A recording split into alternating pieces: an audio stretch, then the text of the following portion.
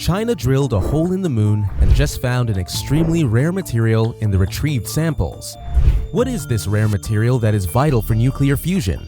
Is China going to use it to forge powerful nuclear weapons? China's space agency has recently discovered a new mineral on the moon that will change the landscape of space exploration and nuclear science as well. Is this material dangerous? Will this mineral spark a new space race? China's growth into a space pioneer. China's incredible discovery on the moon is thanks to their growing space industry. But how does China become a leading country when it comes to space expeditions, along with its fellow giant countries like United States and Russia? Well, Chinese exploration into space goes back further than you think. Dating back to 1970, when they launched their first ever satellite into space, Dongfang Hong-1. 33 years later, in 2003, China became the third ever country to send a man into space with its own rocket. Chinese astronaut Yang Liwei boarded the Shenzhou 5 spacecraft for about 21 hours. Not just that, in 2011, China became the second country to launch a fully operational space station with the Tiangong-1, or Heavenly Palace 1, which was launched to carry out docking and orbit expeditions in space. 5 years after, in 2016, the Chinese Space Agency launched its second step towards completing its own space laboratory with the Tiangong-2. The Tiangong mission is expected to be finished in 2022 and will soon be called the Chinese Space Station, or CSS. This will add a new page to China's long list of achievements in space. But the Chinese do not plan on stopping there. In 2020, China launched its first ever unmanned probe to Mars on its first independent mission to any other planet. Out of all these achievements, the moon expeditions might be the biggest and most ambitious missions ever, as they retrieved an extremely rare material on the moon. Before that, you might be wondering when and how did China get to the moon? China's ticket to the moon.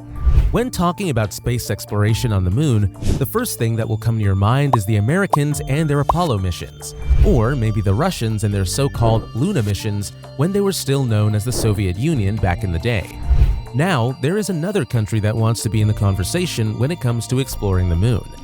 The China National Space Administration, or CNSA, has been actively setting its sights on new explorations of the moon in hopes of finding new information or extracting valuable materials from the moon. With a monumental mission that started in 2007, China has become a pioneer when it comes to exploring the lunar surface. The Chang'e mission, named after the Chinese moon goddess, is a mission aimed at widely exploring the unknowns of the Earth's lone satellite. This mission provided the country with a massive success in terms of lunar exploration. On October 24, 2007, CNSA launched the first ever Chang'e mission that sent a probe to the moon to observe its abundance of various chemical elements.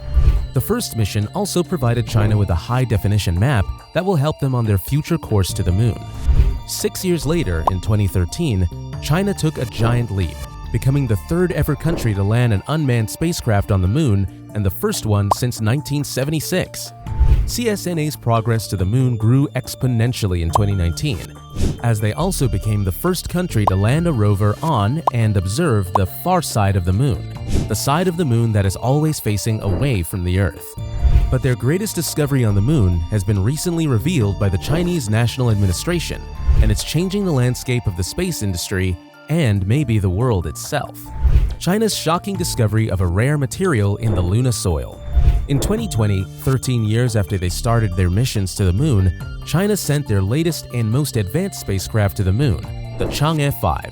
Chang'e 5 spacecraft was launched on November 23, 2020. The mission is China's first lunar sample return mission. The spacecraft gathered lunar soil for the first time since the Soviet Union's Luna missions in 1976.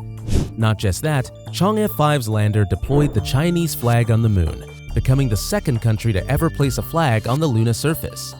China surely has been making remarkable progress.